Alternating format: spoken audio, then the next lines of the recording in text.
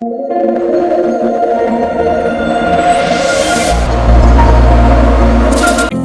Swastiastu, saya Nikadek Karina Dewi dan rekan saya Komang Putri Marta Armayani akan mempresentasikan hasil penelitian kami yang berjudul Optimalisasi Bioil dan Biokar Hasil Pirolisis Limbah Upakara sebagai Energi Terbarukan di Era New Normal. Bali disebut sebagai Pulau Dewata atau Pulau Seribu Pura karena banyaknya pura yang ada. Aktivitas persembahyangan di Bali didukung oleh sarana dan prasarana upakara yang disebut sebagai canang. Namun, canang bekas sarana persembahyangan seringkali tidak terurus dan dibiarkan berserakan di dalam pura. Hal ini tentunya dapat mengakibatkan pencemaran lingkungan apabila tidak ditangani dengan baik. Oleh karenanya, perlu adanya upaya untuk mengolah limbah upakara seperti canang dan bunga menjadi energi terbarukan melalui proses pirolisis sederhana. Dikarenakan sektor keenergian tanah air mengalami penurunan yang signifikan selama pandemi COVID-19. Adapun tujuan dari penelitian ini adalah pertama menganalisis pengaruh temperatur pemanasan dan resident time terhadap hasil pirolisis, kedua menganalisis karakteristik yield hasil pirolisis limbah upakara, ketiga menganalisis potensi zat bioil dan biokar sebagai energi alternatif. Penelitian ini merupakan jenis penelitian eksperimen dengan terpenuhinya tiga ciri pokok penelitian eksperimen, yaitu adanya variabel bebas, variabel tetap, dan variabel terikat. Penelitian ini dilaksanakan dari tanggal 1 Desember 2020 hingga 8 Maret 2021 bertempat di Lab Kimia SMA Negeri Bali Mandara. Subjek penelitian ini adalah bioil dan biokar yang dihasilkan, sedangkan objek penelitian ini adalah pengaruh temperatur pemanasan dan resident time terhadap hasil pirolisis. Data dikumpulkan dengan persamaan persen yield bioil, persen yield biokar, dan persen yield gas. Adapun teknik analisis data yang kami gunakan yaitu observasi, dokumentasi, dan eksperimen.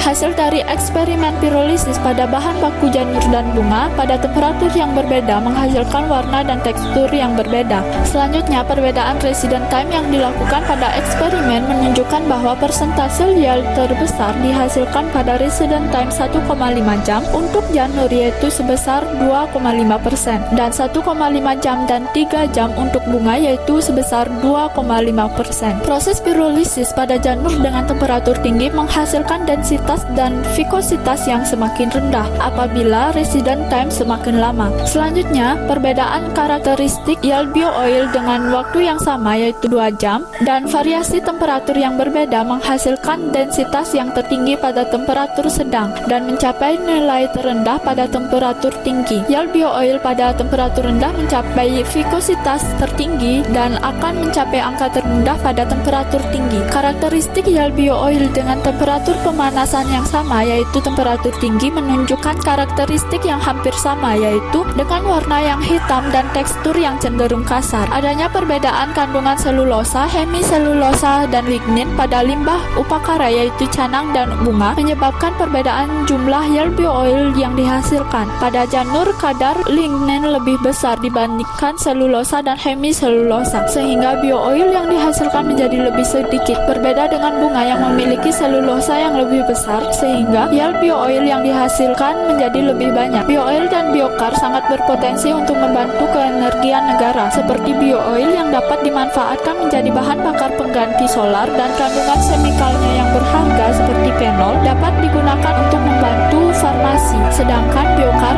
yang dapat dimanfaatkan menjadi biopelet pengganti batu bara dan media tanam yang baik bagi tanaman. Adapun kesimpulan yang dapat kami peroleh dari penelitian ini adalah yang pertama, temperatur pemanasan dan resident time mempengaruhi jumlah bioil dan biokar yang dihasilkan.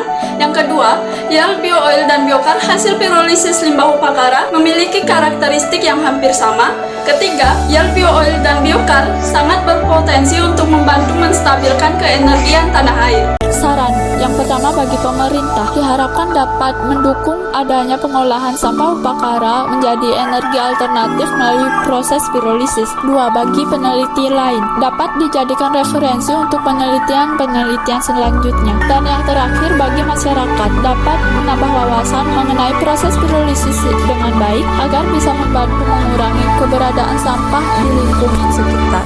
Sekian presentasi dari kami tutup dengan Paramu Santi. Om Santi Santi Santi Om. SMA Negeri Bali Mandara, Grade